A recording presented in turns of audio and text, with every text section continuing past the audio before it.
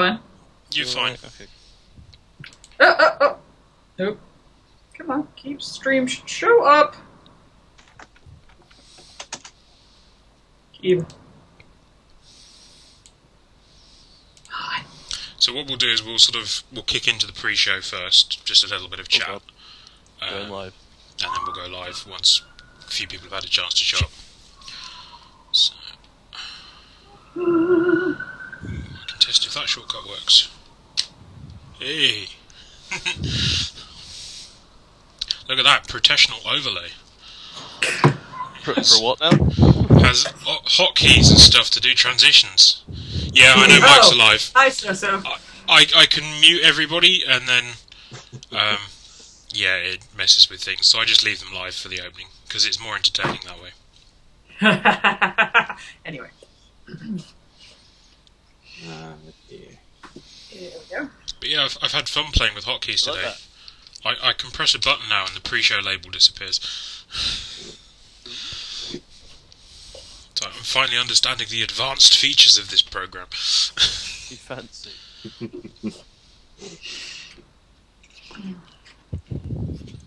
Oh God, Skype, stop making things. Okay, now you're like flickering for me.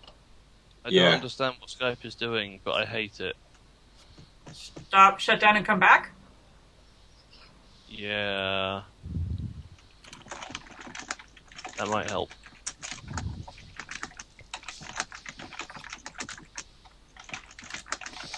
Hey, Red. Oh, it's red.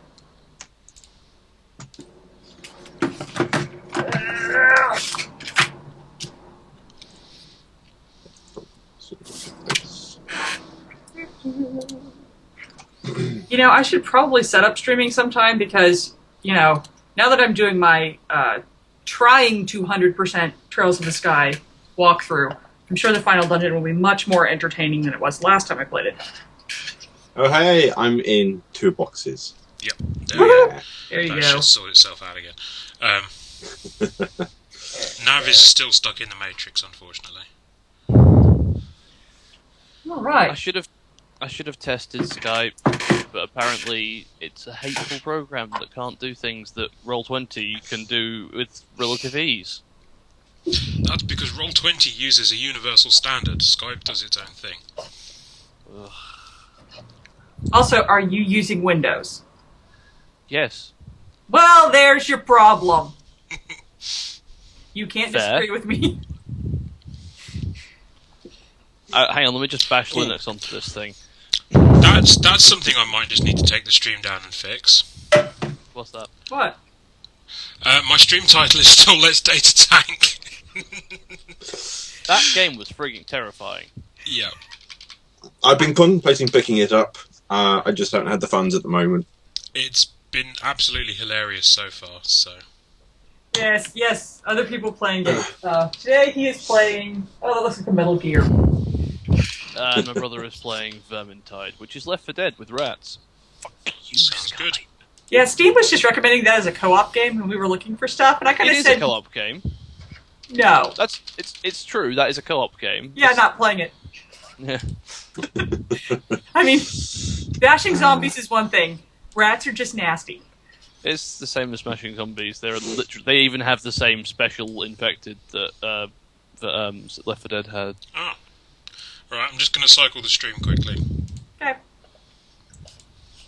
I'm turning off all of my webcam's special features because I think that might be what's messing with Skype, because Skype can't handle the truth. Yep. That does seem to have stabilised a bit now. I haven't saved it yet. Ah.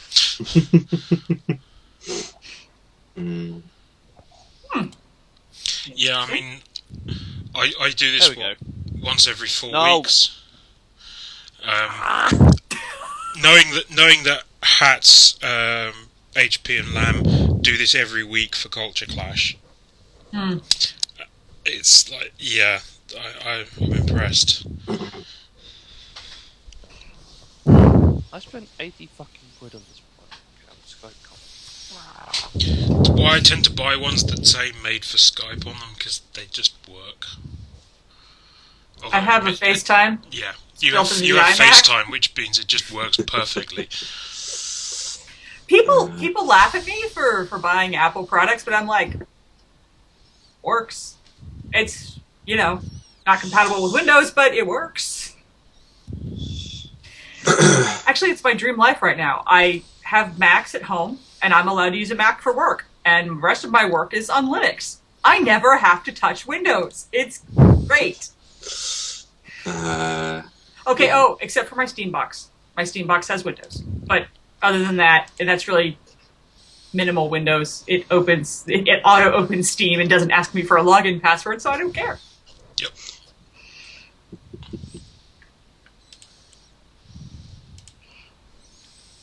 Does Right. Twitch have an Apple icon?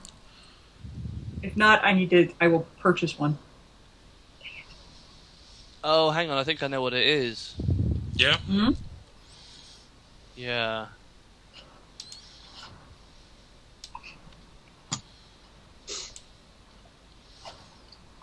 That might have fixed it. You look fine to me. Huh? I knew it! I was waiting for it! You couldn't leave that there, could you? No! You dangle it in front of me. It's like Keab. And then go the green flashy bars again. Congratulations. That's a different problem, I think. Green flashy bars are better than full-on Matrix, so... Yeah. Okay, I can work on this, but if you want to start, let's start. I think I know how to fix it. Okay, cool. I'm just going well, to the move technical you question is- slightly upwards in your video window so that you are... Off. Threaded optimization. Off. There we go. Everybody can see Nav's lovely face now. Are we sure you want us to? Where did I keep my... Oh, hang on. No, I that's in the wash. This is my normal face. My lovely face is out back somewhere. Okay, right. The internet cannot handle lovely faces. I think I got dirty at the club last night. Okay. That one? I Nope. think that fixed it. Okay. Keab? And cue the theme music. Hey.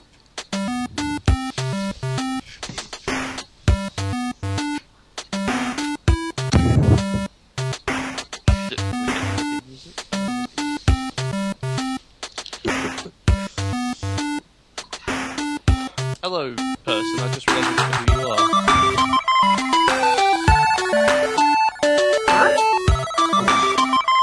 The other guy. Yeah, that's Myrph. Yeah. Myrph. Hello. Hi. He's old school too. Yeah.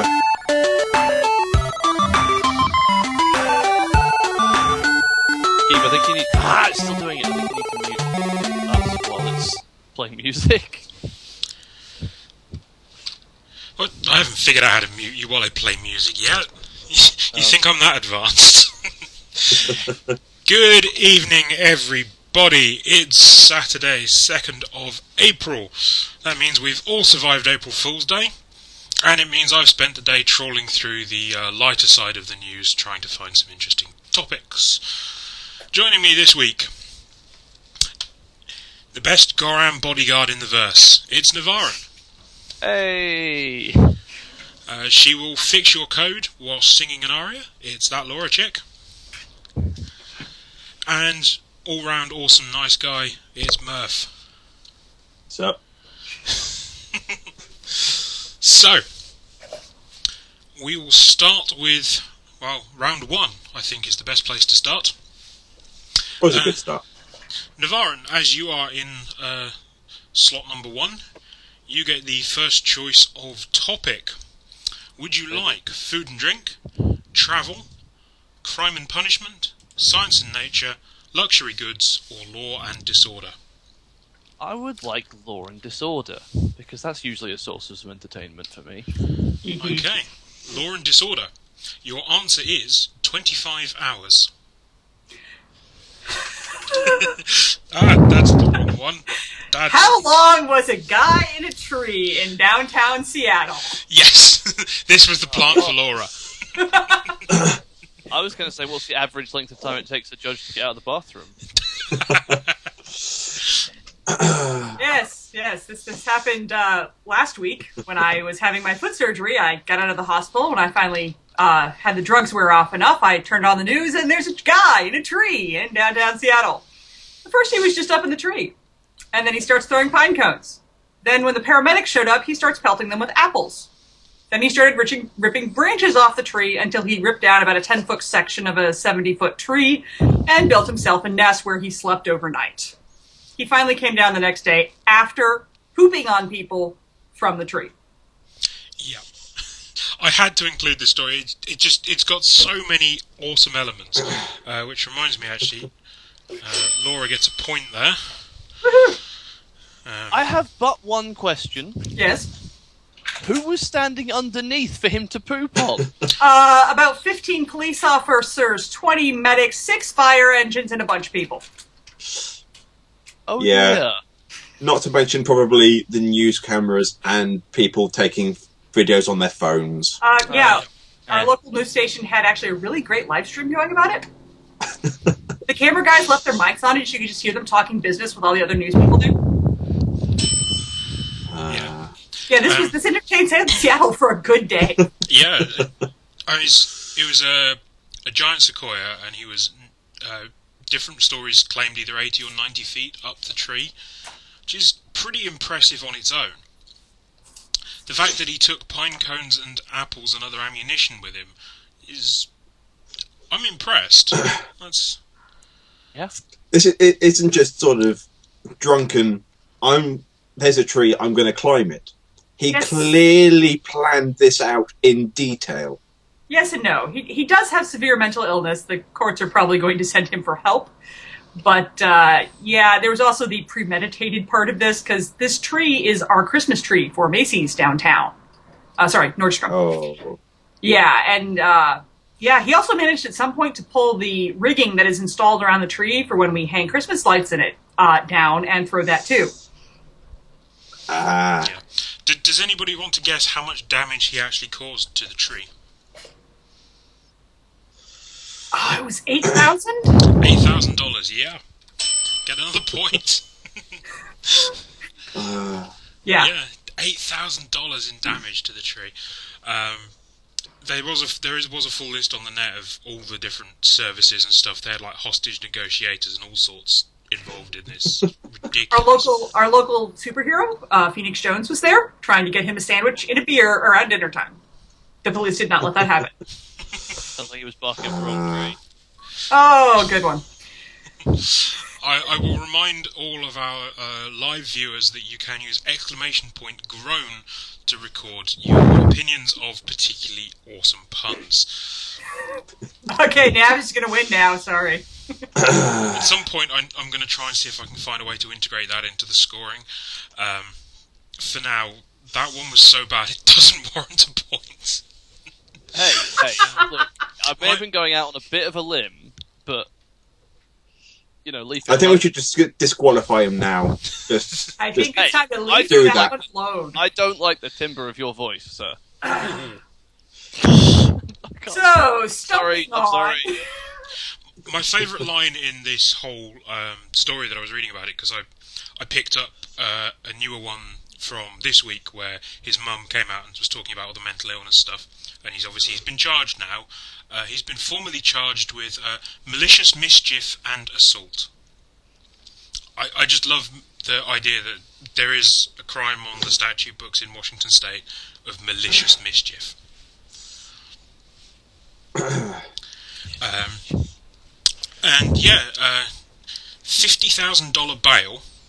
But my favourite line here is, if he makes his bail, he's ordered to have no contact with the tree. They're in the process of coming up with a restraining order for him in the tree.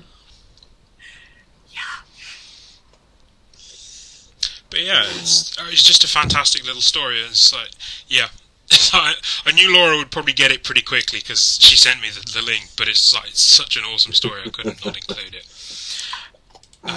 Yes, and if you guys are wondering, this is the rest of the day. You all were probably more concerned about Brussels. Yeah. So. Yeah. whereas Seattle was just enjoying #man in tree. We have Thank you, Draco. See? The Jack Oh. gets it. Also, I'm trying to fix my webcam, so it's going to get worse before it gets better. Red, I think the answer to that question is like 500 feet. Okay, Track, no. Yeah. So, Laura, we've had Yes. Law and Disorder. What topic would you like? Luxury goods, because nothing funny ever comes out of being rich. No. That's not the one. I've messed up my questions, and that particular one doesn't exist. It's duplicated twice. Awesome. Well, some people on the stream got some brief glimpses ahead there as I was trying to tab through my overlays. Your answer for luxury goods is air. What people are selling canned air in Beijing? Ooh. Laura's just running away with this. It's not Beijing, but there is a company selling jars of air. And this came out the day before April Fool's Day. I really had to do my research on this one because it sounds so much like an April Fool's joke. Does anybody know, if it's not where the air is coming from? Oh, Is this the one where it's two old ladies bottling air in the English countryside to send to North America? I wish it was the English countryside. You're getting Because a point, I'm though, sure there are some old ladies who bottle British air to send to the colonies. Well, you get a point because you've got the right country. Okay. But it's not the countryside. It's actually, in fact, they are bottling air from London. Why? What? Yep. So, it's meant to capture the distinctive smell of certain areas of London, which, if I recall from the last time I was in London, that was petrol fumes. I have a bathroom over there. I can get the air. I was supposed to say, London is not known for its beautiful smells. Unless you're at a pub and there's beer and you're drunk. But, whatever. So, yeah, there are 4 different varieties you can get. So we're starting in with a good selection already. The main one is Shoreditch, where you can have AM and PM edition. You also get Brixton, so presumably that one smells like curry, and Croydon. I've been to Croydon. It's a bit miserable. I'm so sorry. See, it's so bad it caused Nav's camera to freak out. Yeah. Yeah. I'm trying to fix it. Does anybody want to guess? If you're gonna bottle air from London, at least go to somewhere like Kensington, where it's rich people air. Yeah. And then people will pay a premium for it. Air farted in by the richest of rich people. I do have visions of them just having all these jars around one of the pollution monitoring stations that London has. Probably that's how you get the ultimate smell. Does anybody want to guess what they're selling them for? It better be something like 80 pounds a jar. Or actually a little bit less than that. Anybody else want to have a guess? $49.99. That would be US dollars. That's what everything sells for these days. Oh, never mind. You guys do it too. Considering I can probably walk into a Wilkinson's with pre-packaged air in a Kilner jar for like £2.50, I am just going to say £2.50. You're actually the closest. They're selling them for £20 a pop and £10 postage and packaging. That better be a really nice jar. Yeah. From their website, it does appear just to be a bog standard Kilner jar. So. What? No label? No. So yeah, there we go. For some reasons, that's apparently a legitimate business venture, and it's being reported all over the world. Their website is now largely just a collection of these news stories on other websites, and it actually takes a bit of digging to find the actual products now. That's So, Myrph, what category would you like? Well, since no one else has taken it already, I'm definitely going to have to go for science and nature. Okay.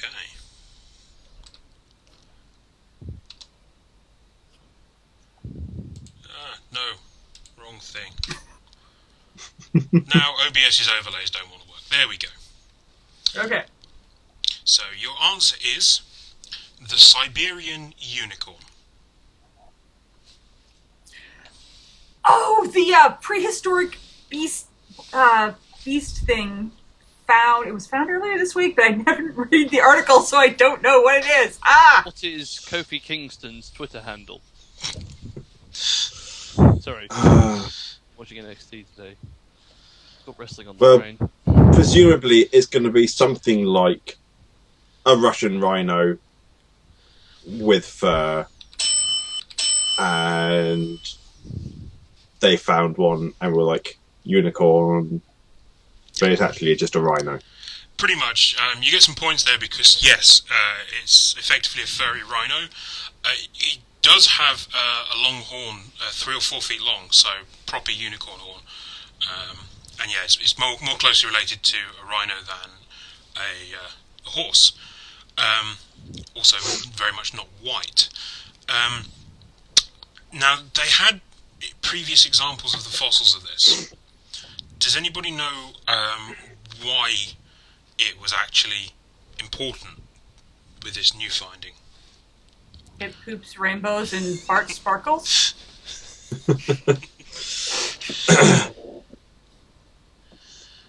Is it that they found an entire intact horn fossil rather than just pieces? It has its own unique horn. I'm gonna give you a point for trying. Oh, ow. So yeah, the fun thing about this one is that it was previously thought to have gone extinct. Let me check my notes here. They thought it went extinct 350,000 years ago. This new one they were able to carbon date, and it only went extinct 29,000 years ago, which means it lived contemporaneously with man. Ew. And it's believed we're the reason it went extinct. We started hunting the unicorns, so there we go. Yeah, that sounds about right. I'm guessing those promises of eternal life from drinking its blood did not happen. Just in some Russian holiday makers. Yeah. I think we just explained Russians' tolerance for alcohol.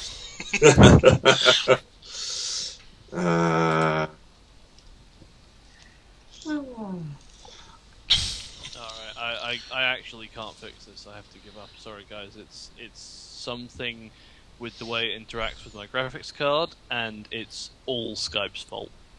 That sounds about right. I think we're okay. Nobody's complaining too much. So we'll just live with Nav being in the Matrix. Yeah. I just assume It probably explains why his score's so low. I'd say it's the shark in your webcam that's just trying to get out. Yeah. That is a filthy lie. There is no such thing. So we'll head back round then. Nav, you are left with food and drink, travel, or crime and punishment. We already had crime and punishment, didn't we? No, that's law and disorder. Law and disorder. Two similar ones. Oh. Okay.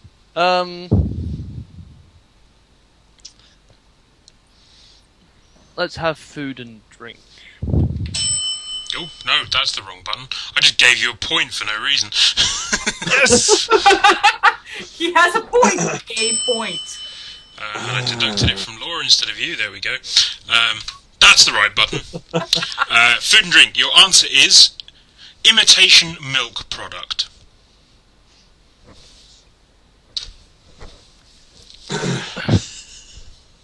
What explains all of my pets dying?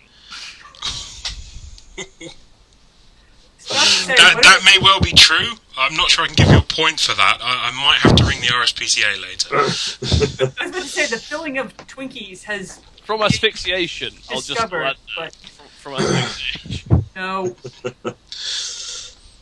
Is this what Findus has replaced all of their horse meat in lasagnas with? I'm going to give you a point for that one. It's an obvious one, but it's a good one.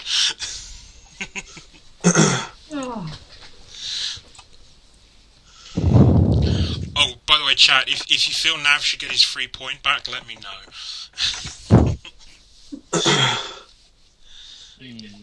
No, my answer is still Twinkie filling. In retrospect, not reading the news this week was a mistake. Well, half of the point is you just riff on it and make jokes, so Yeah, no, that's the way to earn points. I think that's how Una got most of his last. I mean, okay, fake milk is not even funny. This is milk we're talking about. imitation milk. Like what can imitate milk? You know what? They say powder and water Presumably. comes close. Yeah, water that's just a little bit cloudy. Or cheese that's just really having a bad day. Oh, I'm going to have to give Myrph the point here for water that's just a little bit cloudy. Skimmed milk. What? A judge in Florida, I'm not gonna like this, am I? has ruled that unless they add vitamins back to skimmed milk, it can be described by store owners as imitation milk product. that's not going to go well for the lactose intolerant. But so yeah, skimmed milk. My opinion on it is water that's a little bit cloudy, so that's why I gave Murph the point. However, I still do at least refer to it as milk. Presumably, the homeopaths are going to go crazy over this. The fact that actually skim milk is just water with the memory of milk. Yeah. I'm reminded of those lawmakers. I can't remember where they were, but it was in America, and they legalized the selling of unpasteurized milk. And to celebrate, they all drank a whole load of unpasteurized milk. And Yeah. 6 hours later, they were all in hospital. It's somewhere on the East Coast, and I want to say like Massachusetts or New York, Yeah, that New sounds- Jersey, maybe. Yeah. Because raw milk's great, but you do have to build up a tolerance for it. Yes.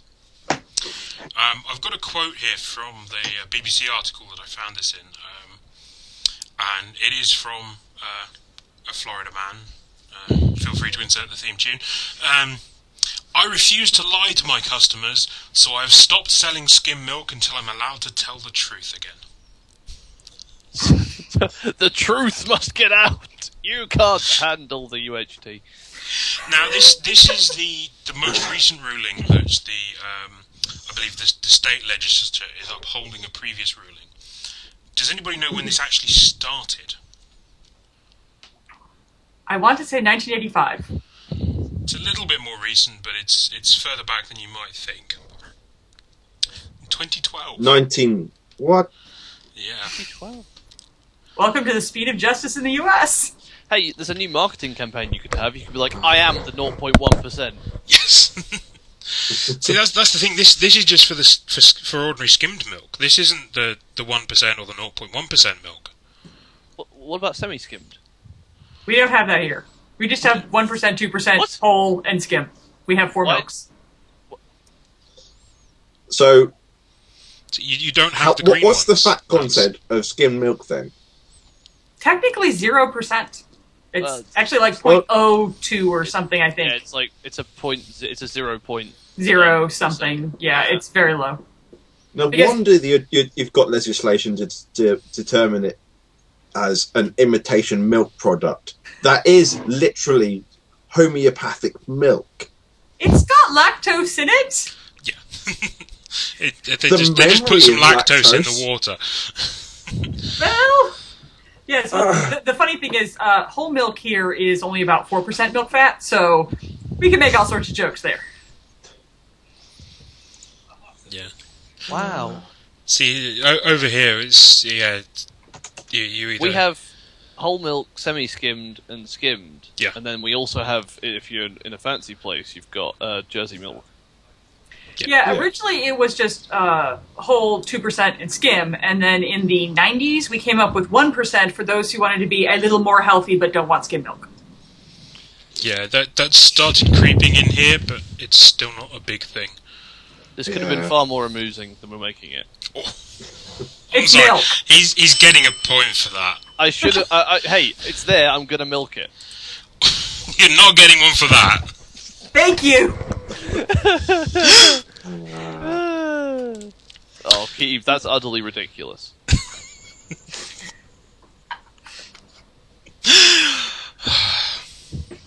What? Game I'm face. pulling out all the stops. The stakes were really high. We went through a lot of these on the Firefly stream last weekend. Yes, we did. You're recycling I'm your reusing material. material. Shut up. They don't know. You've just pointed it out. God damn it. Okay, you're not pulling out the murder jokes again, okay? Yeah. The dead body ones were pretty bad. The cow jokes can stay. Sorry, that was awful. Okay, yeah, you get one for that.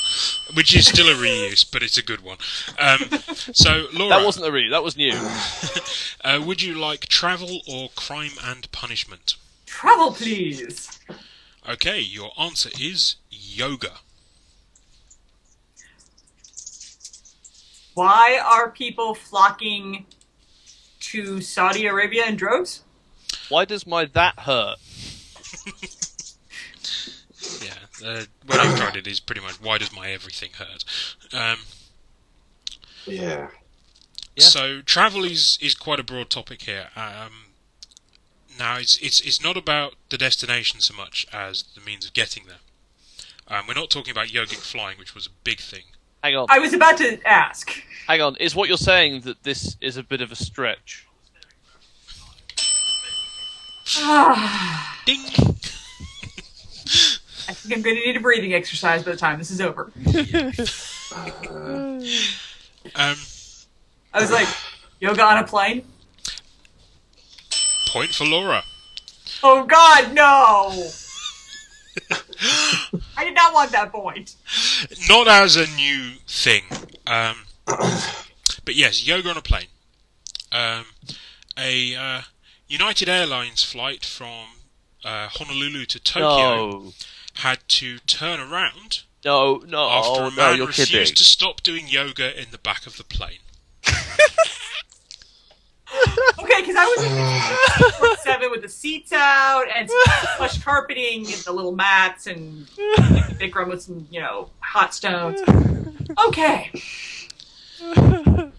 And here was me thinking that actually it might be some sort of medical thing, that there's some link between doing yoga in the air and a reduced rate of DVTs and other travel-related injuries, but no. Airline seat yoga, breathing, relaxation, kind of thing. Okay, whatever. Did they charge him extra for his emotional baggage? Nav, I'm not even going to try now.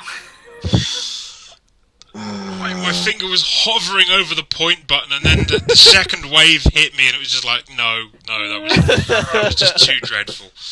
Where was this from? Honolulu? Yeah, so the reason they had to turn back wasn't just because he refused to stop doing yoga at the back of the plane. It was because when his wife asked him to stop, he became violent. Somebody needed to decompress. Yeah. So yeah, there we go. Wait, hang on. Let me just get this situation straight in my head. This man got on a plane in a state where he was so angry that the only way he could keep himself from literally just trying to murder everyone on the plane was to do yoga. And when they took that away from him, he got mad. This is a film. This could be a new film. Flying across the Pacific. Yeah. Yeah. Yeah. Yeah. This, I reckon if we made this into a screenplay, it could really take off. No more goddamn motherfucker. Yeah. Yeah, unfortunately, I just don't think that sort of idea has wings. It's spreading. Sometime it will reach my frame over here. Sometime. Right, so on to our final one for current affairs. Your remaining category, Murph, is crime and punishment. Well, I've been deliberating for the entire last round since I didn't really have much to add to it, and I've come to the decision that I will be picking crime and punishment. Excellent. I'm glad you've chosen that. Your answer is £320, or for Laura, $430. How much Boris Johnson is charging people to use the night tube per journey? That's just to pay for the drivers.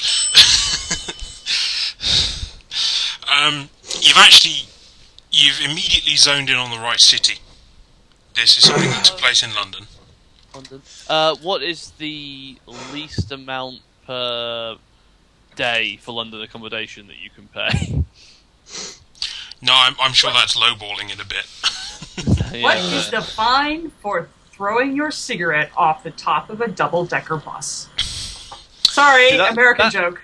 That tells us that you've never been to Britain, because there's very few of those top tech double-deckers Well, I around know, but you have to see that's all we see over here. As I'm, They still exist, but they're just, tourists everywhere. And you're not allowed to smoke on them. But No, I will you're give not. Laura a point, because it is related to fines. Oh, Somebody was fined for something in London, and it made the news. letting their dog poop on the grass. London. What did you get fined for in London? Talking on the tube. It was definitely talking on the tube. I'm going to give you a point Interact for with amusing another us. human being. Making eye contact with someone on the tube. Yeah. I wish there was a fine for that on the bus here. Yeah. So yeah, this is at the time this story was reported, it was a £320 fine. It's a parking fine. Does anybody know why a parking fine might have made the news? Because he parked outside Buckingham Palace. That was my next guess. Well, we're actually looking at a posher neighbourhood of London than Buckingham Palace. What? We're looking at Knightsbridge, which, for anybody who doesn't know, that's where Harrods and the museums and things are. Well, technically, Harrods. the museums at South Kensington, but they're a short walk from Knightsbridge. What, So they this parked is- at the curb while going into Starbucks? The Someone reason try and park a horse outside Harrods. Yeah, that would be amusing. No, the reason that it's made the news is because of the cars that were parked there. Now, what you may not know about London is that during the summer, it's an incredibly popular destination for a lot of Saudi men who've got far more money than sense. What, And was they it a choose to gold-plated spend their summers. Lamborghini? It was a gold-plated Lamborghini. Oh my god. I just know there are too many of those in Saudi. Yeah. Oh, was this like where there was like 5 cars in a row of Yeah. gold-plated? All gold-plated. And Wait, you got he a parking brought- fine on all of them. They brought their gold-plated Lamborghinis to London. Probably Presumably drove had it them to the tunnel. presumably had them shipped over, Yeah. Yeah. and then all parked together and got a fine. Look, these guys have probably never sat on anything that was below leather. I mean, God, how could they go around in a regular cab? Yeah. Well, Or town car? He had his fleet of 5 gold-plated Oh, it vehicles. was the same guy. Fleet? Yep, 5 gold-plated cars shipped over from Saudi for the summer.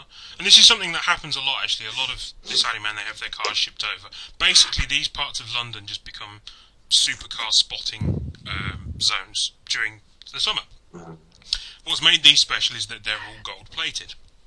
Wow. Well, I That think they're escalated like quickly. gold effect. I don't know if they're actual gold-plated, because that would To be just honest- not last very long with all the pollution in London. Yeah. Yeah. And yeah, he parked them all up. The three that were specifically mentioned in the article were a Lamborghini Aventador, a Mercedes G63, which is one of those massive six-wheel Hummer type things, and a Bentley Flying Spur. Does anybody know why he parked them somewhere he was going to get a parking fine? Because it was 2 feet closer to the door of his hotel. No. Oh. Actually, slightly weirder reason. If it has to deal with bathrooms, I'm not going there. Why do you take 5 gold-plated Lamborghinis anywhere in London? He was clearly going over here to steal our healthcare. He's trying to. Yes. He's getting in on the NHS. Yeah. Absolutely. The reason is because it's costing him in fines £80 a day to park them where they currently are. Ah. The car park that is 2 metres to the right of where they were parked costs It's £50 for £100. 3 hours. Yeah. It's cheaper for him to park them and take the fines. You can afford 5 gold-plated cars. You can afford to ship them from Saudi Arabia to London. But you don't want to pay for parking. Yeah. It's the principle of the thing, and I agree with him. Yeah, I can see this one. Yeah. The Metro was very keen to point out, the Metro being the free newspaper that's handed out on tubes and buses everywhere across London. Everybody takes a copy to shut the seller up and then immediately throws it in a bin. The Metro was very keen to report, though, that if he paid the fines within 14 days, he would only have to pay £40 and not 80. So that's even cheaper. Yeah, that's bargain. If you don't mind your car being on a street, but That's why the guy's Yeah. got the money for all those gold-plated Lamborghinis. He's a smart businessman. Absolutely. yeah. And yeah, they did also include some photos from the guy's Instagram, including some lovely shots of all 5 of them coming down a runway and things, and one with a cheetah driving one of them. So there we go. Okay. When you say driving, Keith, Well, sat in the driving seat. Okay. So the guy has a pet cheetah, apparently. oh god. I need to give chat an honorary point for Exachix's terrible pun there. Yep. I don't have one available on the overlay, but chat, you get a point for that. You missed my one. I when you pointed out that it was 5 gold-plated Lamborghinis, I told you, oh well, it's a shit. Blah, blah, blah, speech. I can do words. When you pointed out it was 5 gold-plated cars all parked together, I said, oh well, that escalated quickly. Oh, yeah, okay. You can have a point for that. There is a slight follow-up to this that was quite amusing. Does anybody know what the newspaper The Sun did the following day? They put a pair of tits on the cars. More than I did likely. as better than what I had. That's their SOP. Yeah. No, this was some guy parked next to the cars and wrapped up the entire car in gold effect gift wrap. Correct. What? So, yeah, Correct. it was originally posted as though it was just some random guy. And yeah, he drove his Ford car up behind these 3 gold-plated cars with their accumulated parking fines, proceeded to wrap his car in gold wrapping paper and then left it there. Did turn out he was a Sun journalist. Well, we say That journalist. explains. No, he was a Sun. Well, I was he. That explains why he got the fine. Why he got the tickets in the first place. Because not being from here, when he parked them all, he just assumed that the person was complimenting him, and it was like parking fine. I was about to say son and journalist, but whatever. Yeah. We use the term loosely round these parts. Yes, we do. Yeah. Yes, you do. Hey, look, Murdoch owns the Sun. All right, that's That's not bad our enough. fault. But yes, that concludes our sort of weirder look at the stories of the week. Some rejected stories. There was plenty of material from both Donald Trump and Ted Cruz. I did feel that was a little bit too obvious, though. It's also stuff that it's hard to make fun of because anything we can come up with is not as weird and ridiculous as the actual story. Exactly. Yes.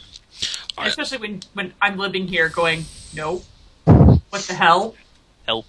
Yeah.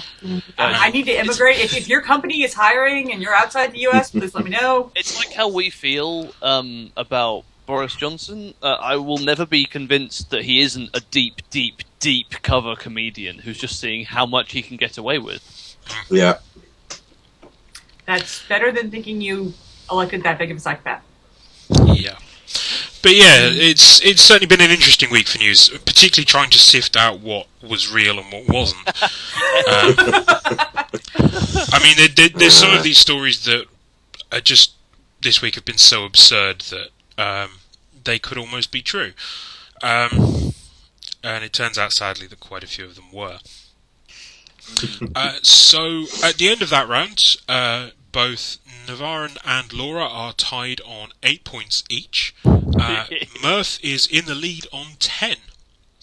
So that means, as we head into our second round, which is Trivial Pursuit, Myrph, you will get the choice of which box we use this week. Would you like the red pill or the blue pill? Ooh. Let's go for the blue pill. That's great that you said that, because if you had picked the red one, then you'd have woken up and found that Donald Trump wasn't real anymore. Yeah, you probably should have taken the red one. Time in my life. So, this Trivial Pursuit set is from 1987, making it only a year younger than me. So we'll be picking some random questions from the cards at the front of the box and seeing if our contestants can... Well, I'll be reading the answers and our contestants will be trying to guess the question. Okay. Again, points awarded for funny and ridiculous answers as well as correct ones. Because, let's face it, the chances of actually guessing the right ones at this point is pretty hard. Except that I was 11 in 1987. You've got more of a chance than the rest of them. Yeah, I know. Go on. See how much I remember from my childhood. Before we move on, I would just yeah. I will offer you guys a chance for a short break if you need one. I'm good. No, I'm good. All right. Okay, we will head on with the questions then.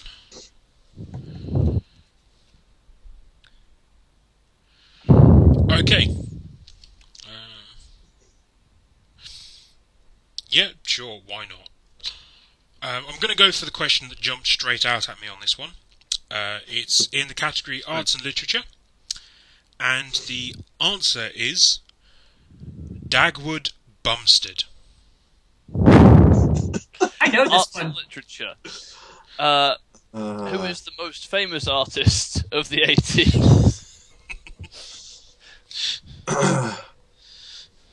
See, it sounds more like somewhere that you'd find someone murdered on Midsummer Murders.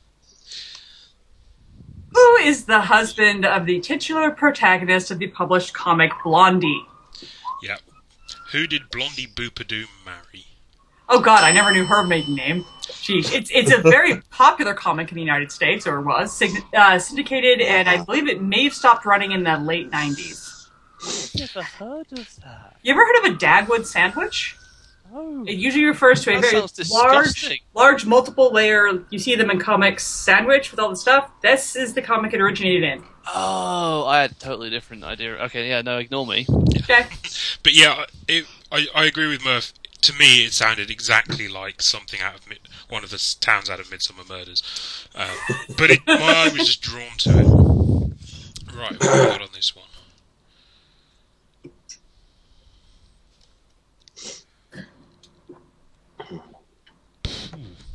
Oh god, I can see my brother playing Rocket League in the background of my webcam now. I'm going to pick a different card because I don't think you'll get any of the ones on that one. Perfect.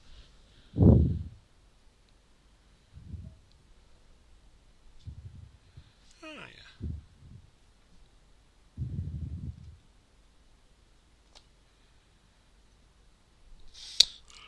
Your question in answer rather in Science and Nature is Star Wars. In 1987, 87. Star Wars. Science and Nature. Where did the term hyperspace originate? Nope. No, that would have been Star Trek, surely. No, it was Star Wars with It was with Star Wars. Was it Star Wars? Yes. Really? Science and Nature. Yeah, Star Trek had warp, and Yes. Star Wars had hyperspace. Yes. Yeah. Just goes to show how much I know. Chat gets Fictional the point. planets. Red Nightmare. Oh in yeah, chat. I knew that. Thank you, Red. It what was was America's a fake anti- out there. Oh God, that's Star What Wars. was That's America's Star Wars. Yes. anti-ICBM Yeah, weapon their- system? Oh. Their missile defense. So chat's actually got 2 points now. Well done. I like that one because it was like Bastards. Star Wars. Why is that not in entertainment? Oh, right, okay. Yeah, it wasn't really. I was thrown off by the nature part of that because Yeah. nowadays that'd be under technology. Yeah. Mm. But this is 1987. Technology wasn't a category. Yeah. Star Wars. God, That's similar to the other fact I know about the American nuclear program, which is that the launch code to all of the missiles was 8 zeros. Yes, because that was the default code. Just not surprised. I mean, seriously. That's all right. Ours were kept locked up with bike locks. Probably. No, I mean, literally, bike locks. Not really surprised. I mean, do you know what it would take to actually get to your hands physically on those black clocks? A whole lot more than opening a bike. Yeah. How are you picking these, Keab? You just cycling through? I'm literally just grabbing a random okay. card from the front of the Cool. box, reading off. That's why there's a short pause, because I've got to read the answers, Right. flip it, check the questions, and see if you can actually ever guess the questions. I think we'll go for geography from this one. Uh-oh. And your answer is Mount Everest. What's the tallest mountain in the world? I think that's not the question. And that's wrong. It is not the tallest really? mountain. No, I know it's Mauna Kea not, but- is the tallest mountain. I know it just it's not. happens that most of Mauna Kea is underwater. Yep. Everest is simply the highest That doesn't mountain. mean the game doesn't think it is. Yeah, but that's not this question. It's not to do with the fact that it's the highest mountain. Do you know it recently grew 3 feet? It does grow because it's on the No, continental shelf. 3 there. feet. Mount Everest recently grew 3 feet because we actually started giving it its real height. Because when they initially measured it, it came to an exact round number. And they thought, oh, no one will believe us if we just tell them that it's that number. So they added 3 feet to it, so that it would sound more realistic. We did also recently, Ben Nevis grew by a metre, I believe, as well. Because a new accurate measurement caused the rounding to round it up to the highest metre rather than down. That's Britain's mountain. Is this going to be something about Edmund Hillary, perhaps? No, this is a slightly tricky one. It's I'll give you a bit of a clue to sort of lead you towards it. Yeah. It's to do with the locals, the Sherpas that live around the base of Everest. Well, it's the highest Sherpa population in the world. The most dense one. And it's, I want to say geography, like, Everest is actually the center of something, but I can't remember what, like a geographical feature. Yeah, this is a weird one for the geography category, actually, because it's to do with actually what they refer to it as. The Big Hill? It's the goddess mother of the earth, apparently. Oh, well, So that there we makes go. sense. Oh, well. So wait, what's the actual question? What did The actual person question, call? as worded on the card, is what mountain is revered by locals as goddess mother of the earth? Oh, that's interesting. Yeah. So again, a slightly weird one for geography. Well, I suppose it's a geographical feature. But, I don't think anyone in 1987 would have known that either. Yeah. No.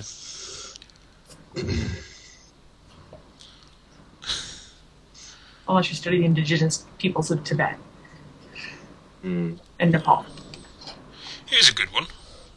Might be slightly more British oriented, but we'll see. It's in history. Oh, hang on. More British orient. Let me get my British hat. Sorry, I thought that'd be your Irish hat. That's racist. Yeah, this is in history. And the answer is breadfruit trees.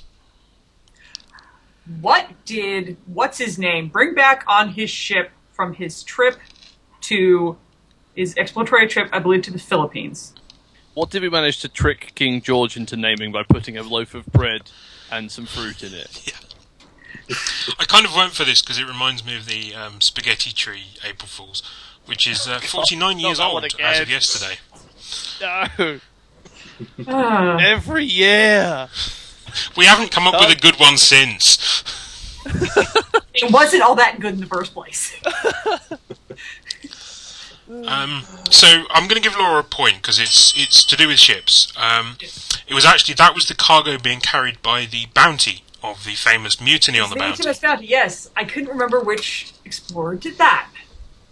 And the reason I said slightly British oriented because the Pitcairn Islands, I think it's the Pitcairns, where they're all the mutineers ended up, is still a British overseas territory, and they're all largely interrelated. And yeah, I actually only know that answer because of my love of British history and all the historical costuming I do, reading up about historical things.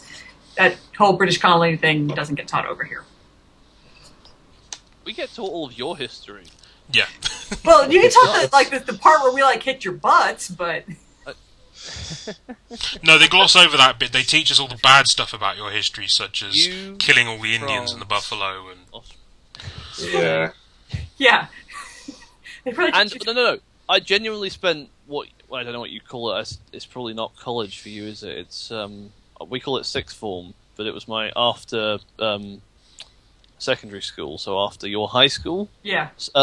We spent the whole of that learning about the bloody the whole 60s period, and not even the interesting stuff where you're being nasty to all the other races. It's the Tennessee Valley Authority stuff.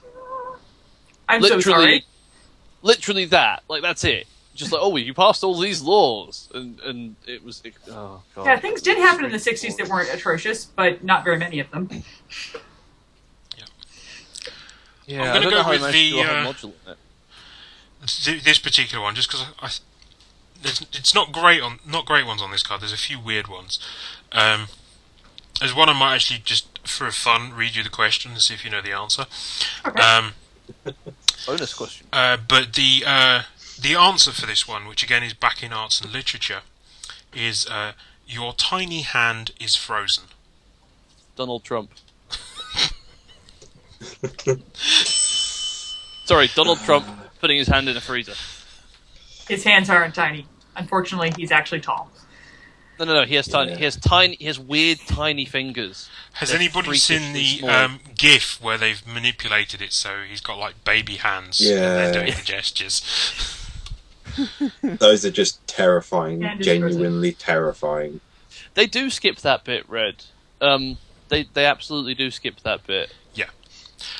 We got a lot of guilt about Oh, Northern yeah. Ireland, but they We don't- skipped the fact that we did the same thing to about 2/3 of the civilized world. We don't do anything about yeah. the, And at least in my actually, school. We didn't are do the not. British Empire. We are not taught. That's all. You would not be referred to American imperialism until you're in university, and if you were studying American culture or something, then you would be given an unbiased perspective in the schools. We are the liberators of the world. We never did anything bad, which is interesting. We got a lot of that. There's a lot of stuff about that we had a big empire, but very little about, actually, we may have had a big empire, but we were pretty terrible people while we had it. And to be honest, we still are. We still barely apologise for half the atrocities that we committed. Yeah. I was going to say, the literature one, that's not from Dickens, I don't think. No, it's Yeah. not. It's in the category arts and literature. It falls more on the arts side, specifically music. What is it? What was it? Your tiny hand is frozen. Hang on. It'll be I believe it's the name of a piece of music, but I might just be pulling that out of my arse. Yeah. Yeah, so It's the the name of a translation song. I And can't remember. Specifically, the event referencing in the question is something that happened when Dame Nellie Melba, the famous Dame Nellie Melba, was singing it. It's a bit of a weird one because I didn't know this at all. She was singing "Your Tiny Hand Is Frozen," and Caruso put a hot sausage in it.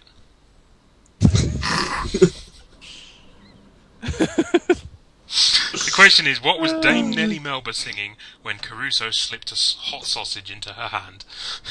That sounds disgusting. Sing. That's why I picked it, because I'm a child. I want to say that the sausage pie quickly went back in his face, but anyway. Yeah, from what I understand, Dame Nellie Melba was not somebody to be crossed. Your bonus question on this one, which is, I'm going to give you the question and see if you know the answer. What's the nearest star to Earth? Alpha Centauri. The sun. It's the sun. Sun. Oh, damn it. God, you We always said that forget at the same time. That's why it's on there. It's just like, oh, yeah. Because I looked at it, it was the sun. I wonder what the question is. Oh, okay. Our last one. Let's find something good on this card. Oh, I like that one. This one in history again. Red, you keep coming out with that. They were docked. You sneaked up and sank them. That's not beating the fleet. That's cleverly coming in and sinking them while they don't have anyone on board and are in. Known for being clever with their navy. Now, were you? True. And No, we weren't known amusingly, for being clever with it. We were known for the beating answer everyone over for- the head with it until you did what we said. The answer for this question that I've picked before I saw what Red was talking about in chat is the Netherlands. The Netherlands. The Dutch! Again! Again. Is it which is the only navy to have defeated the British fleet? No. No. See, Red, it's not. Sorry? What are we supposed to be guessing? The Netherlands? Sources of good cheese? This is in history. So In It's history. a historical event. Who started the stock market? We're going a little bit weirder than that. Okay. Something that happened to the country's entire population. Entire population of the Netherlands. Yeah. And the answer is what, sorry? It is the Netherlands. I think they all got hooked on French fries. I'm guessing from the question, this dates back to that weird period where the Netherlands and Spain were like kind of the same country because it was the same royal family running both. So that might give you a clue, as Spain is involved. Yeah. Where can you get the absolute best breakfasts on the continent? I would have to go with that one. I mean, they have some tasty sounding pastries. Let me see. The Spanish royal family and the Netherlands. Netherlands. And what, everyone in the Netherlands had to do a thing? Well, something happened to everyone in the Netherlands. Would They it were be that fed to the Spanish Inquisition? They all changed their name. Point to Laura. The entire country was condemned to death by the Spanish Inquisition. Damn it! Nobody expects The Spanish the entire country to be condemned to death. Dude, it was the Spanish Inquisition. It wasn't a joke back then. Do you know what was the one thing to do with the Inquisition you could expect? Death. Them to show up. Yeah. They Oh. would they Because would give send you a letters letter. ahead Yeah. and tell you when they were going to turn up, and then they turn up. They would book an appointment. Because their theory was if you ran, you were more likely you to were be guilty. guilty, Yeah. and so they could just catch you because they're everywhere. So I just run in and not. And just, everybody expected the Spanish Inquisition. Yeah. Yeah. Oh wow! So why? I need to know why. Why was the entire Netherlands? I'm guessing. I believe For the existence. Netherlands was Protestantism. mostly Calvinism, I believe, rather than Yeah, Catholicism. I mean, that's like the ultimate crime to the Spanish Inquisition is if you do not follow Catholic teaching. Yeah. So Protestantism. And yeah, there was that weird period where, as I say, Spain and the Netherlands were kind of the same country because Yeah, were you're the same right. royal family. Also, this is less funny when you realise that they actually tried to do it. Yeah. Yeah. Yeah, they burned a lot of people. Yes. Yeah. Spanish Inquisition were not very nice people. I don't know. They were actually even worse in Mexico when they got over here. So that brings our Trivial Pursuit round to an end. Woohoo! Very interesting scores because up until that last question, you were all tied on 10 points. Ah. Oh. Which means that this week's winner is Laura with 11. Woo! Nice. Winning on the Spanish Inquisition. Yeah. Excellent. A very high scoring week this week. So, Laura, Yes. you win a roll of gold wrapping paper. You have to supply your own car. Thank you. I don't have a car, and I don't know how you're going to ship that over here anyway. In a tube. Ah, I wish we had a tube. And so that brings us to the end of our meanderings. The table. Ooh. Yeah, the toe that I'm not supposed to hit on stuff, that was the one I hit. Oh, yeah, that's really the one you don't want to hit. Yeah, okay, well, that was dumb. Anyway, we're almost over. Yeah. So, I've been Keab42. You can find me everywhere on the internet under that name. And joining us has been Navarran. Hey, I'm at Navarran1 on Twitter, and I show up on weird things like this from time to time. So come back here next week to see me play Firefly. Yes. And Laura. There'll be more puns. Yes. Sorry. That's just Puns, gonna happen. puns almost certainly guaranteed for Firefly. We've also been joined by ThatLauraChick. I am ThatLauraChick pretty much everywhere on the internet. You can find me on Pinterest, Twitter, Reddit, and other places. And come back next week to watch me play Firefly and smack Navarran upside the head every time he makes a pun. We're keeping a tally. It's a group dynamic. Yeah.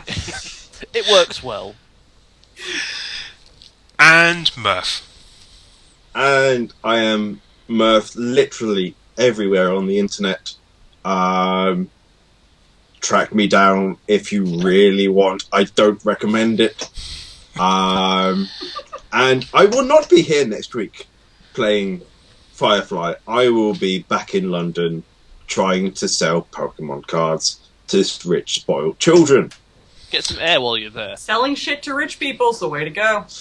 Yeah. Apparently Knightsbridge is the place to go. It's where I'm going to be. Careful parking. And so thank you all very much for watching.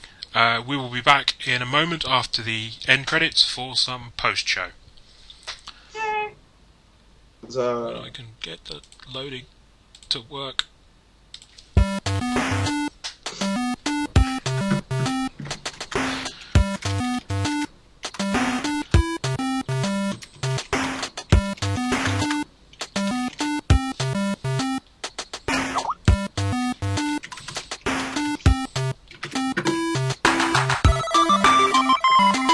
They're shorts. Deal with it.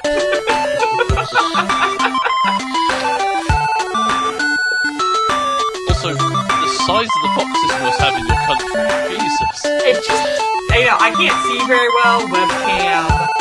I do make the husband put on pants when we broadcast. They're like below the knee shorts. Well, I banned him from being naked while I was on stream. Yeah. Here. And we're back. That made for some very interesting end credit discussion, I can assure He's you. asking if you want to see his pants. Would anyone like to see his pants? No. It looks like they're khaki now, so that's good. No, they say no. At least he seems to have sorted out the rodent infestation you had the other week. Don't remind me. There was a duel involved, and I don't want to go back there. When I was in grad school, living in a house with 8 guys, and we had a mouse infestation, and there was a whiteboard hung on the back of the kitchen door with little mouse heads drawn on it for everyone we saw, and little X's for everyone we killed. I still remember waking up one morning, going to put my jumper on, and finding a mouse curled up inside the middle of it. It was adorable, but I also think it was half dead. Ow. I had a rat in my Yeah. freezer in university. Ew. Yeah. Well, I say so. One of my housemate, the housemate who went on to make Aviary Attorney, actually, Okay. her and her boyfriend made it together. She kept gerbils, and one of them died, and her solution to that was to put it in the freezer in a box and not tell anyone. So I went to the freezer to get some of my food and was like, "Oh, what's in this box? Ah, dead rat." Okay then. Yeah. To be honest, that's probably better than some of the things you find in the typical university freezer. You do have a point there. Yeah. Well, Red, you were a biology student. That's kind of normal. Man, that doesn't count. We don't want to know about your hobbies. Did the spell work? Is the interesting part of that. Like, did she fall in love with you?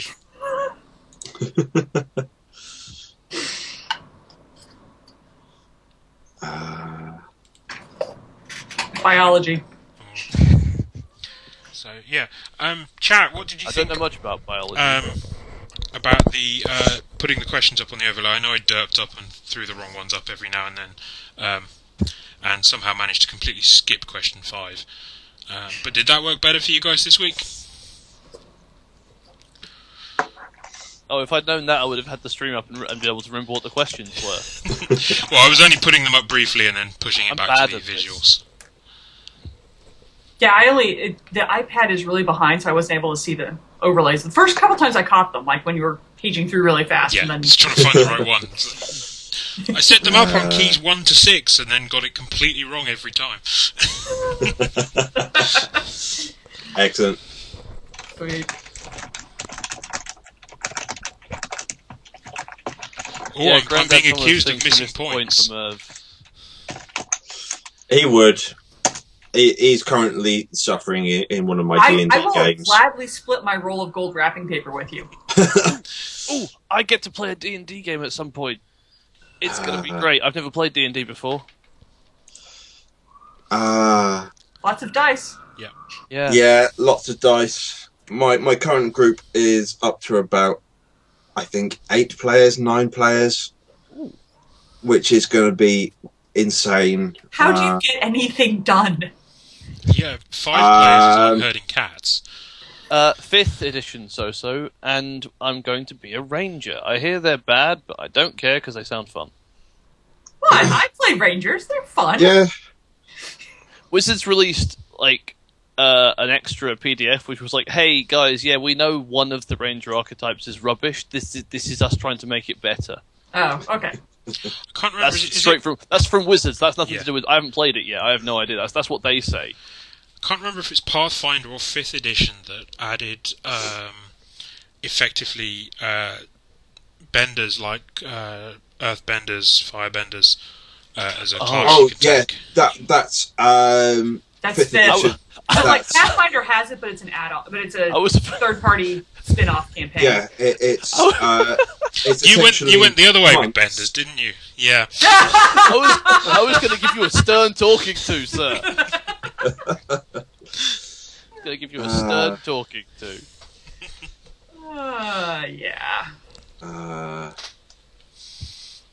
No, there's a Ranger Hunter, which was what Graham played in the Temple of Lava Bears, and there's a Ranger Beastmaster, where you have an animal companion that loves you and you do everything together, and you're best friends, except that it doesn't do anything unless you tell it to do that, and that costs you your actions. Yeah. So it's like, get him, Sparky, and then Sparky gets him, and then for one round, and after that he forgets what he was doing and just goes, was like, So having a really dumb animal with you.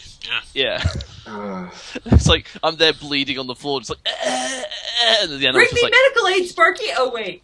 I No. quite like the flavour of it, though. It's like, to make it your animal friend, you've used so much magic, you've just completely blanked its brain out. Yeah. I think you're doing that thing where that Adam and Graham do with the WWE, where they give them too much credit in their storylines.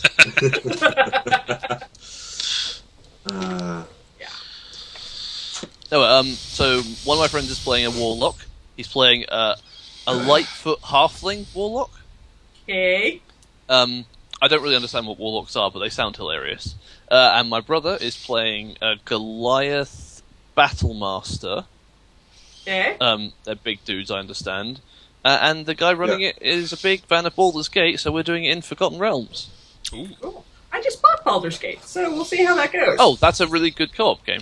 Yes, it is, because we're looking for co-op. And I was offered a suggestion of Lego, which I have played with my first husband, and I was like, yeah, it's not our style. So we're going to go with Baldur's Gate, since we love Divinity and have finished it now.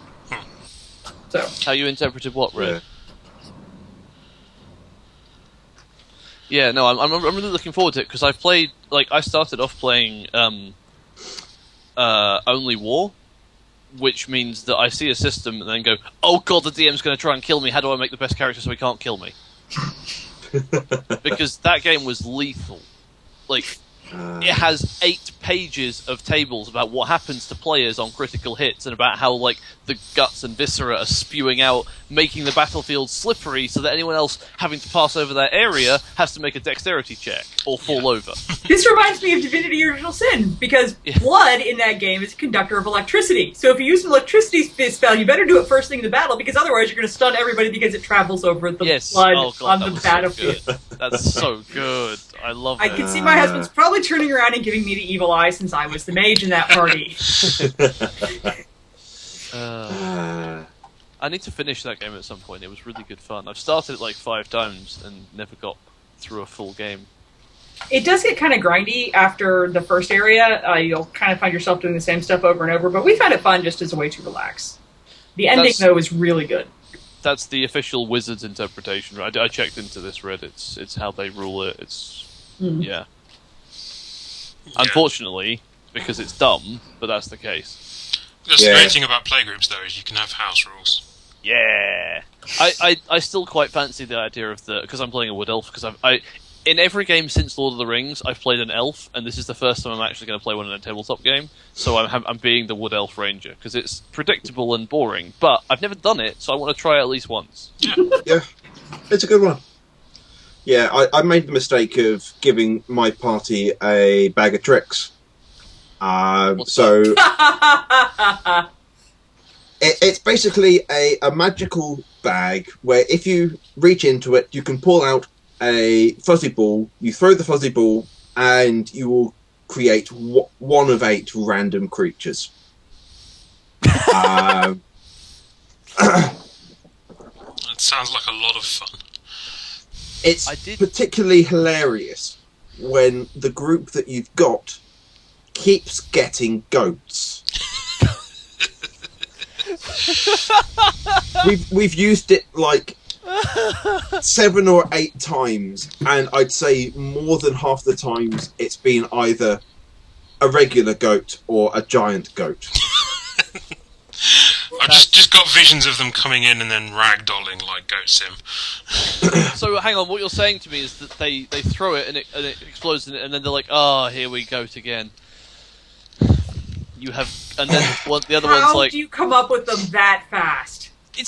Look, all you have to do is one party member turns to the other, and it's like, you have got to be kidding me. Fortunately, resetting Nav's score is a 1-button press. Sorry, that was bad. I can't make it go into -0 as slow as it goes.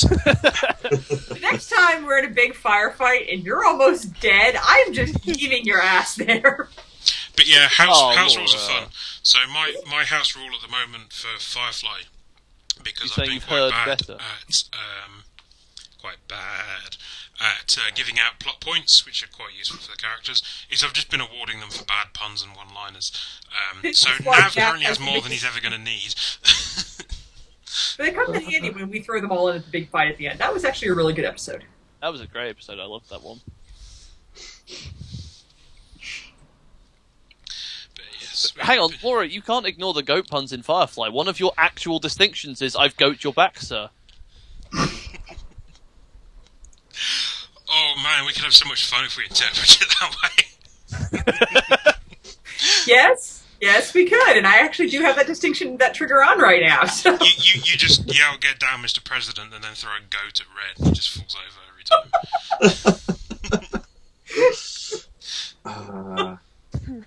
I mean, it's kind of impressive that we haven't had to use "I've got your back, sir" yet, because Red's actually been competent. Competent. I'm waiting for the comment to come up, Red. I am watching chat. Yes. Oh no, I've been having a lot of fun with that Firefly game. It's because I've been playing a sort of fortnightly Star Wars game, which Red is in, and a weekly Mass Effect game, and it's all very different stuff. But of all of them, I think actually Firefly is the one with the most sort of interaction. And the least amount of like tactical combat, which means I get the full experience. I get the full range. I get like tactical combat one day, and then it's the same day actually, but it goes from one end of the spectrum to the other. I think that's the nice thing, because the Firefly is sort of cinematic, so it's cinematic combat. Oh, it's great. Which makes combat itself very straightforward, and it's more about, as you say, the interactions. Which, yeah, given that my sort of first taste of role playing was a Pathfinder game with Laura actually, and with Catagilla, who was on the first episode, and who I know Myrph knows because they were housemates for a bit. It's complicated. The Pathfinder was kind of good because we dumbed it down, so we didn't have to do like feet-based calculations. Because when I have a bow, that means that's a lot of mapping for me, but it's fun. I do like that Firefly's a little more loose. It's more about interactions and action rather than how many feet are you away. Can you actually roll and get a shot on that? That came up in the first episode that you weren't there for. The first thing that happened in the entire game was Keab had the engineer repairing our ship pull a gun on Jakawo. And he was like across the room, and his response was, "I charge at her," and I was like, "Are you sure about that? She's got a gun." Knowing Jekka, ooh, yes! Yeah. And it didn't work out for him. No. It ended up with, I think, she managed to point the gun at about half of the crew before somebody calmed the situation down. No. She didn't get to point the gun at half the crew. Red opened the door, and I tackled him to the floor as she was pointing the gun at him, so she only got to point the gun at me. Yeah. That's probably why I don't play many D&D games. I mean, rules are fun, and you can do some really neat things with them, but it's just sometimes I get tired of like, okay, where are we? They're useful. They have some useful features, such as reminding you of things that are happening and making sure that you what's the word I'm looking for? In some cases, play your character in a certain way, which is useful. Yeah. But it's nice having it in some way defined. What is it? Who your character is, what they can do, and what they're not good at. So that when they do something they're good at, it's progresses stuff, and when they do something that they can't do, it's hilarious. It also means the GM's got a lot of stuff to fall back on if things go wrong or you let your party kill off an important character for the ending scene. Yes, because I hadn't read the plot far enough ahead, and they managed to get the jump on an important GM controlled character and had her under arrest, and so they killed her because they didn't want to have to deal with her. They killed her. I read Eliza head. technically Kept her killed alive. her, but you know, And I need was to like, call oh him shit, back. she's supposed to show up later. She should have escaped. Wait. Is that right? I can't. The reverse thing Skype does has got me confused. It's Laura, she did it, or her. That way, that Well, way. no, it's because of you killing those two guys at the first of that scene. Because I was just gonna like knock them all out and then drag them back on the ship, but then we had dead bodies and yeah. Ma'am, Hmm? ma'am, that was a combat situation. They had guns pointed at me, and I responded with appropriate levels of force. Yes, and I rolled 2 jinxes, so you headshotted both of them. Well, Yeah, yes. it's interesting. You also heard some jinxes, so I took out 2 big burly guys with an elbow to the back of the neck. That'll happen. It was great. It was if only like if we had like a montage of the best fight scenes from that series, it would include the accidentally deleted scene from the first episode where Jack and I took on the bounty hunter. Yeah. Which was surprisingly cinematic for like what was I think the most protracted fight we've had to date because it went on for like a couple of rounds. Yeah, it took a while. Both guys were rolling good, so you were just accruing injuries. We were just firing back and forth at each other, but the way it went down was all quite cinematic and very very cool. By the way, the Sunday night games we play are Edge of the Empire. I freaking love Edge of the Empire. I can't get enough of it. I was actually eyeing up some source books in the comic book shop the other day. Oh, they're so good. They're so good. We all have far too many hobbies. Yes. Yeah, I'm still waiting on when I can actually convince someone to partake in the Dresden Files Fate game that I've got planned. Oh, I want to run Spirit of the Century at some point for some friends of mine because one of them's got an old character from City of Villains that he played. Yeah. But it would suit that system so well because it's turn of the century sort of steampunk style adventure pulp novels. Yeah. And it's Fate's wonderful because you can have all these aspects. And the game that someone played that got me into the idea of it, there was this scientist and he's got all these aspects and it's like the wonders of science, I can science in a hurry, and then he's just got this one. And he never mentions it, no one ever brings it up until the point when it's relevant, which is, that's it, everyone dies! Yeah.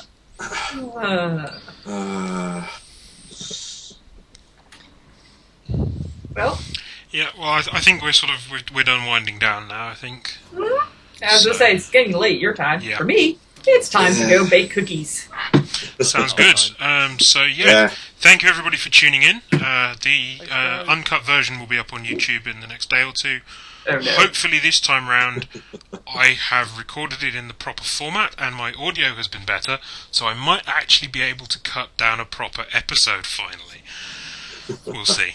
Because the aim with these is obviously we've got the uncut stream and then we cut down just the highlights into a 30-minute episode. Just edit it and replace. In fact, Just replace all the puns. just replace my face with something better because my bloody webcam won't stop. What? It certainly has great comic timing. Yes. It does. Anyway. Alright. Have a good evening. Bye-bye, chat. And thank you Bye, very everyone. much to all my special guests. Anytime. And thank you. Mm-hmm. That was fun.